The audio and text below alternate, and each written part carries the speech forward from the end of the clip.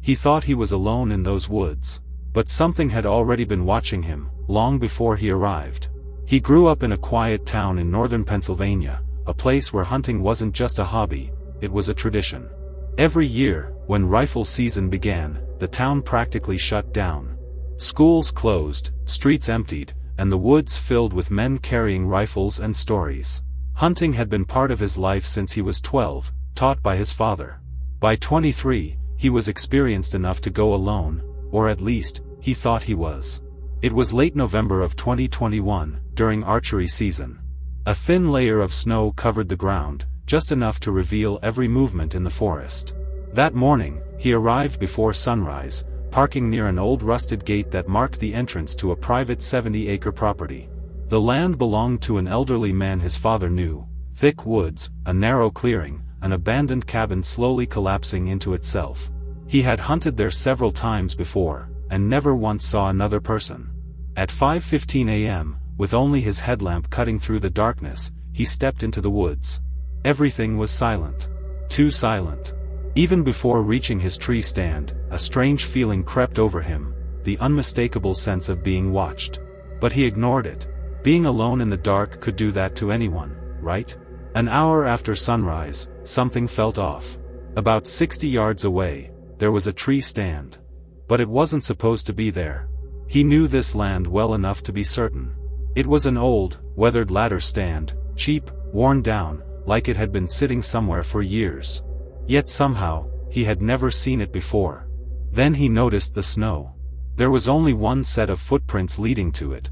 A single trail, coming from deep within the woods, ending right at the base of the stand. No tracks leading away. No sign of anyone leaving. Just arrival. Around 8 a.m., movement caught his eye near that stand. At first, he thought it was a deer. He was wrong. It was a man, standing behind a tree. Not wearing camouflage. Just a dirty gray hoodie and dark pants. Completely still. Watching him. The man slowly raised his hand, and waved. But it wasn't friendly. It felt deliberate. Like he was acknowledging something. He hesitated, then gave a small wave back, assuming it was just another hunter. But after a moment, the man stepped behind the tree, and vanished. He never came out the other side. And there were no footsteps. No sound at all. Later, when he climbed down to investigate, what he found made no sense. The snow around the tree was untouched, except for his own tracks. No exit. No disturbance. He followed the footprints back to the ladder stand. They stopped exactly at its base. He looked up. The seat was empty, covered with undisturbed snow. On his way back, he noticed something new. A strip of bright orange cloth tied to a branch at eye level. Then another. And another. Each placed carefully, at different heights. These weren't random. They were markers. Deliberate. Precise. And suddenly, the woods didn't feel like hunting grounds anymore. By noon, he returned to his truck, trying to shake the growing unease. He told himself it was nothing. Just nerves. But even as he sat there, he couldn't escape the feeling that someone was still watching him from the tree line. At 2 p.m., he went back in. That decision would haunt him. An hour before sunset, he heard footsteps behind him. Slow.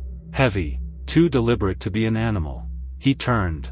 30 yards away stood the same man. Closer this time. Clearer. His face pale, his beard patchy and unkempt. And that smile. Not normal. Just enough teeth to feel wrong. In his hand, he held something. At first, it looked like a stick. Then the light caught it. A yellow and black handle. A screwdriver. He didn't speak. Didn't move. Just stared, smiling. He asked the man if he had permission to be there. No response. Just silence, and that smile. Then slowly, the man turned and disappeared into the trees again. That should have been the moment he left. But he didn't. He stayed, until dark. As he hurried back after sunset, the orange markers reappeared. But now, they were everywhere. Some tied to sticks pushed into the ground. And then, he saw it. A dead squirrel, hanging by wire. Beneath it, a circle drawn in the snow. And it didn't stop there. A rabbit. A crow. All hung the same way. Like signs. Or warnings. Then, just 100 yards from his truck, he froze. Leaning against a tree was his backpack. The one he had left in his tree stand. His belongings were laid out neatly in the snow. Knife, flashlight, arrows. Arranged, like someone had gone through them carefully. That's when it hit him. Someone had been close enough to climb his stand, while he was still there. Watching. Waiting. He grabbed his things and ran. When he reached the clearing, his truck door was open. He knew he had locked it. Inside, nothing was stolen, but his registration papers had been moved. Placed where he would notice. As he started the engine, he looked toward the trees. And there he was, standing at the edge of the woods, smiling. The man raised his hand again. But this time, he didn't wave. He pointed at him. Then slowly dragged his finger across his throat. He sped out of there, tires tearing through gravel, not stopping until he reached the main road. The property owner confirmed no one else had permission to be there. Authorities were called. 2 weeks later, they found a makeshift shelter deep in the woods. Inside, animal bones. And stolen hunting gear. He never went back. And he never hunts alone anymore. Because sometimes, you're not alone in the woods. Even when you think you are.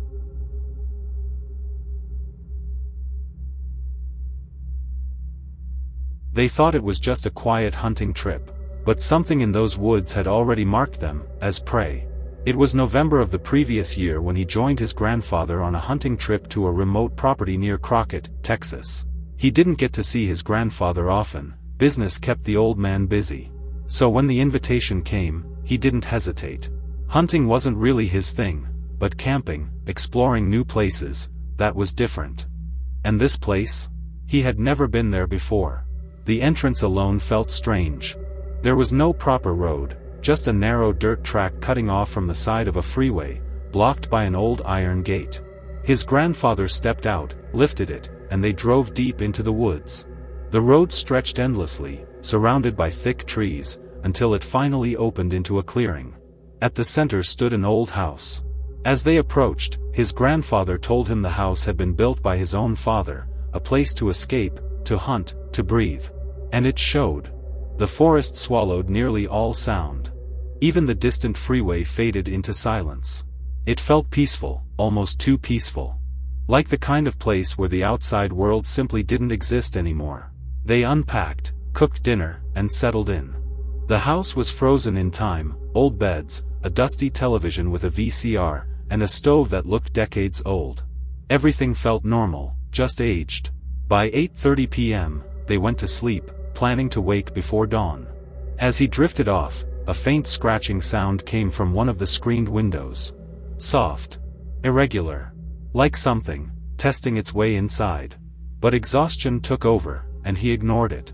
The next morning, they made their way to a hunting blind overlooking a wide clearing.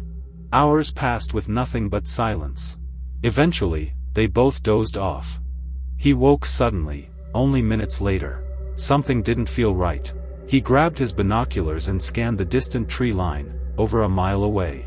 And then he saw it. A figure. Peeking from behind a tree, just barely visible. Watching them. He woke his grandfather immediately, insisting someone was out there. But as the older man looked through the binoculars, a herd of deer wandered into the clearing. He chuckled it off, brushing the concern aside. But deep down, he knew what he saw wasn't a deer. Later, his grandfather shot one of the deer. They dragged it back to the house, cleaned it, and began preparing it. By mid-afternoon, they decided to head into town for supplies, leaving the carcass hanging outside. When they returned, everything had changed. The deer's body was torn apart, claw marks, bite marks, violent, excessive. Not clean. Not natural. They stared at it in silence. This wasn't normal. His grandfather muttered one word, coyotes, but even he didn't sound convinced. That night, they decided to hunt whatever did this. Armed with rifles and flashlights, they stepped back into the woods. The darkness felt heavier now. Oppressive. They walked and talked for nearly an hour, trying to stay calm, until they reached the edge of the tree line. That's when he saw it again. The same figure, peeking from behind a tree. The moment it realized it had been spotted, it snapped back into hiding. He signaled his grandfather quietly. The old man motioned for him to stay put, and then walked into the woods alone, rifle raised. And then, he disappeared into the darkness. Minutes dragged by. Silence stretched endlessly. Then, a gunshot. He ran toward the sound. He found his grandfather standing over a dead coyote, next to a mutilated deer. The old man claimed the animal had lunged at him. For a moment, it felt like the danger had passed. Then they heard it. A sound from deep within the woods. A scream. Not human. Not animal. Something else entirely. Branches snapped in the distance. Heavy footsteps followed. Then, breathing. Loud. Wet. Clothes. Something was chasing them. They ran. Faster than they ever had. The woods felt endless now, twisting around them. The sound behind them only grew louder. Closer. It didn't feel like something hunting. It felt like something playing with them. They burst through the door, slammed it shut, and locked everything. For a moment, silence. Then it came back. Scratching. Breathing. Screeching. Right outside the door. Something slammed against the house. Once. Twice. The walls shook. The door rattled violently. His grandfather, fed up with fear, raised his rifle, and fired straight through the door. The response was immediate. A deafening, inhuman shriek. Then, retreat. They waited. Frozen. Listening. But whatever it was, didn't come back. Once they caught their breath, he called the police. The deputy who arrived didn't know what to make of it. The evidence, the damage, the unease in the air, it all felt wrong. Nothing ever came from that report. No answers. No explanations. And they never returned to that house again. Because some places don't want you there. And once they notice you, they don't forget.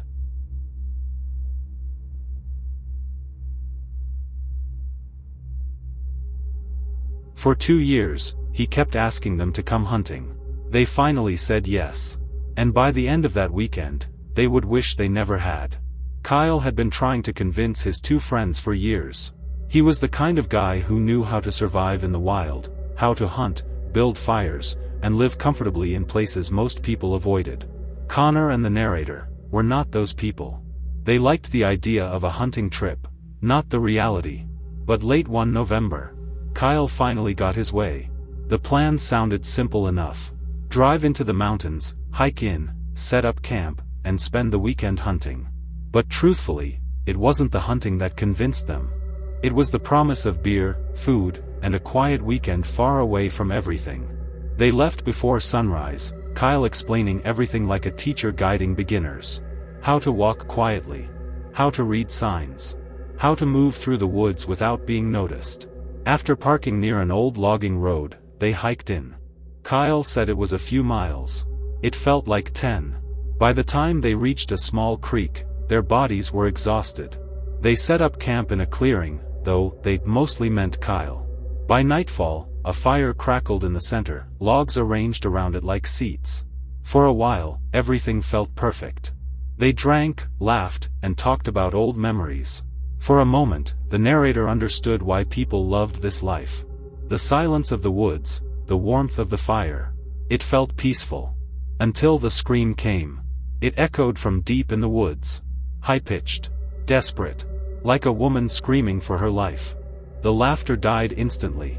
Kyle tilted his head, listening carefully, then calmly suggested it might be a fox. Foxes, he said, can sound eerily human. It was the explanation they all wanted. Because the alternative was worse. Minutes later, it came again. This time, much closer. Close enough to feel it. The sound cut through the trees like something alive, something moving toward them.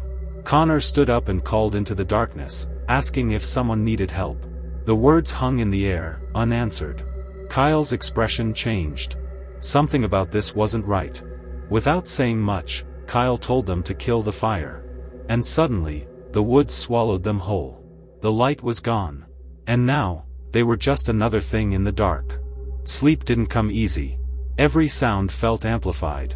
Every movement felt close. And when morning finally arrived, something was wrong. Their camp had been disturbed.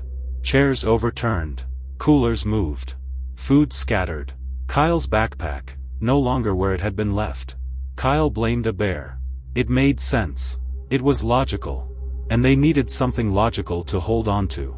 They packed up and moved deeper into the woods. Farther from the creek. Farther from anything familiar. And somehow, it felt worse. The day passed quietly. They spread out, watching the tree line. Hours of silence changed them. Even Connor stopped joking. Late in the afternoon, a rifle cracked through the stillness. Kyle had shot a deer. They dragged it back to camp, a slow, exhausting process. As Kyle worked, explaining every step, the narrator couldn't shake the feeling. The smell. The blood. The silence of the woods around them. It didn't feel natural anymore. That night, they drank again. Trying to relax. Trying to forget. But the woods didn't forget.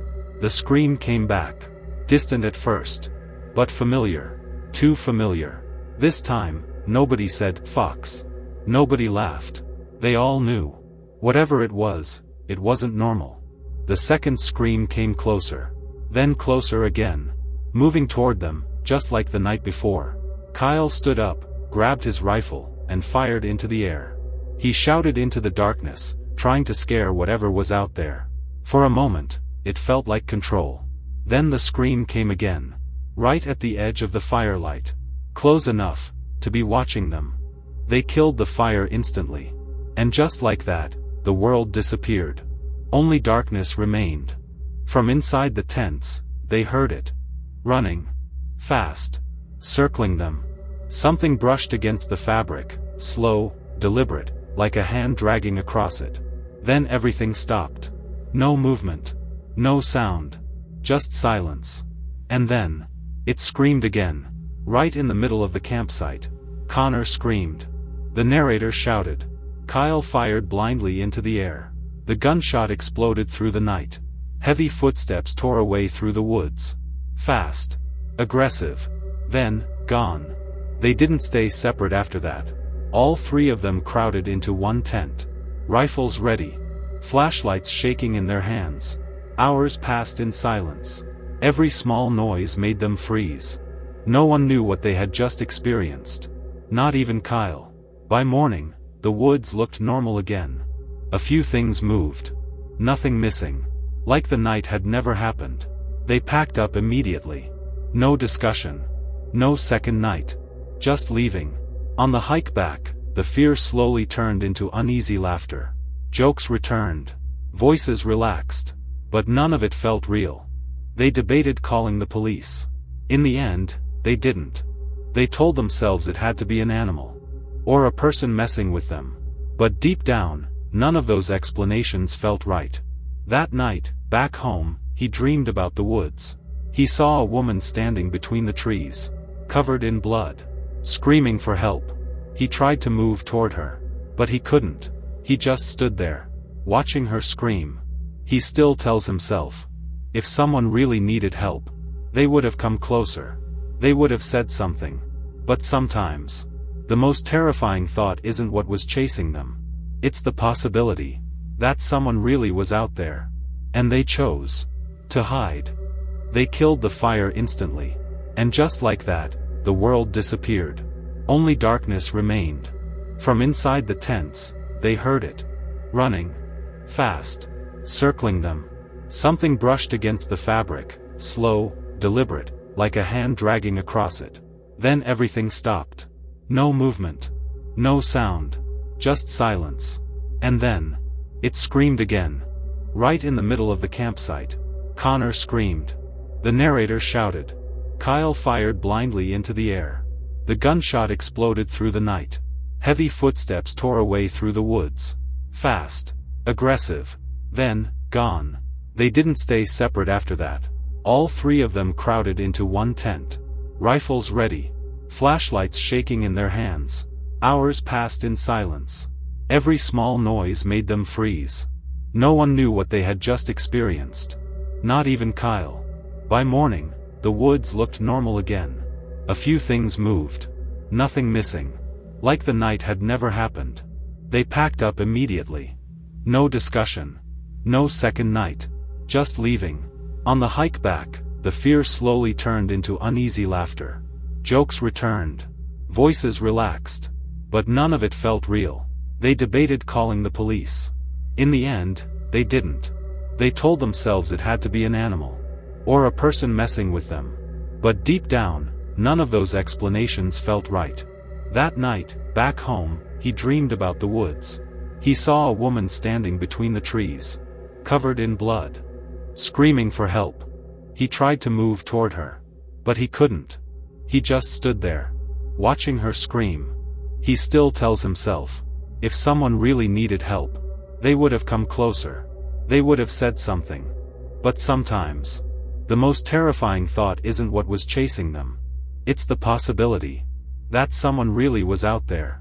And they chose to hide.